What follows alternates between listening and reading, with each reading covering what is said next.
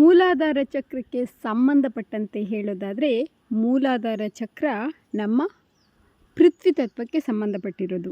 ನಾವಿವಾಗ ಒಂದು ಅದ್ಭುತ ದೃಶ್ಯವನ್ನು ನೋಡೋಣ.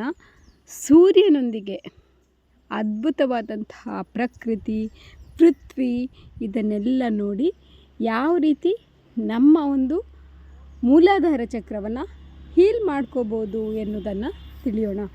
ಈಗಾಗಲೇ ನಾನು ನಮ್ಮ ಮೂಲಾಧಾರ ಚಕ್ರ ಪೃಥ್ವಿ ತತ್ವಕ್ಕೆ ಸಂಬಂಧಪಟ್ಟಿರೋದು ಎನ್ನುವುದನ್ನು ಹೇಳಿದ್ದೇನೆ.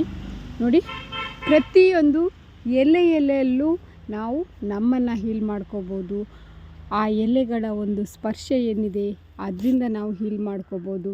ಹಾಗೆ ಆ ಎಲೆಗಳ ಒಂದು ಪರಿಮಳ ಏನಿದೆ ಅದನ್ನು ಗ್ರಹಿಸಿ ಕೂಡ ನಾವು ಪೃಥ್ವಿ ತತ್ವದಿಂದ ನಮ್ಮ ಮೂಲಾಧಾರ ಚಕ್ರವನ್ನು ಹೀಲ್ ಮಾಡ್ಕೋಬೋದು. ನೀವಿವಾಗ ನೋಡ್ತಾ ಇದ್ದೀರಾ ನೋಡಿ, ಅತ್ಯಂತ ಒಂದು ಮೃದುವಾದ ಹುಲ್ಲನ್ನು ನೋಡ್ತಾ ಇದ್ದೀರಾ.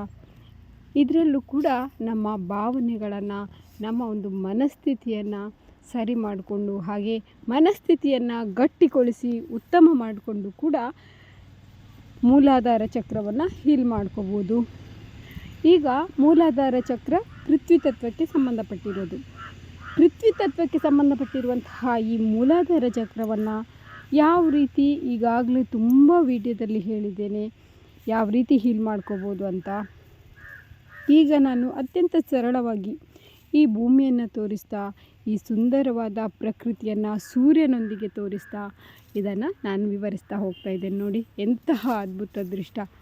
ಈ ಒಂದು ದೃಶ್ಯವನ್ನು ನೋಡ್ತಾ ಕೂಡ ನಮ್ಮ ಒಂದು ಮೂಲಾಧಾರ ಚಕ್ರ ಏನಿದೆ ಆ ಒಂದು ಮೂಲಾಧಾರ ಚಕ್ರವನ್ನು ಲಂ ಎಂಬ ಅಕ್ಷರದಲ್ಲಿ ನಾವು ಮಂತ್ರವನ್ನು ಜಪಿಸಿ ಅಥವಾ ಆ ಒಂದು ಬೀಜಾಕ್ಷರವನ್ನು ಹೇಳಿ, ಹಾಗೆ ಸುಂದರವಾದ ಪ್ರಕೃತಿಯನ್ನು ನೆನೆದುಕೊಂಡು, ಸುಂದರವಾದ ಪ್ರಕೃತಿಯನ್ನು ಗ್ರಹಿಸಿಕೊಂಡು ಅಥವಾ ಸುಂದರವಾದ ಪ್ರಕೃತಿಯನ್ನು ನೋಡಿಕೊಂಡು ನಮ್ಮ ಒಂದು ಮೂಲಾಧಾರ ಚಕ್ರವನ್ನು ಹೀಲ್ ಮಾಡ್ಕೋಬೋದು.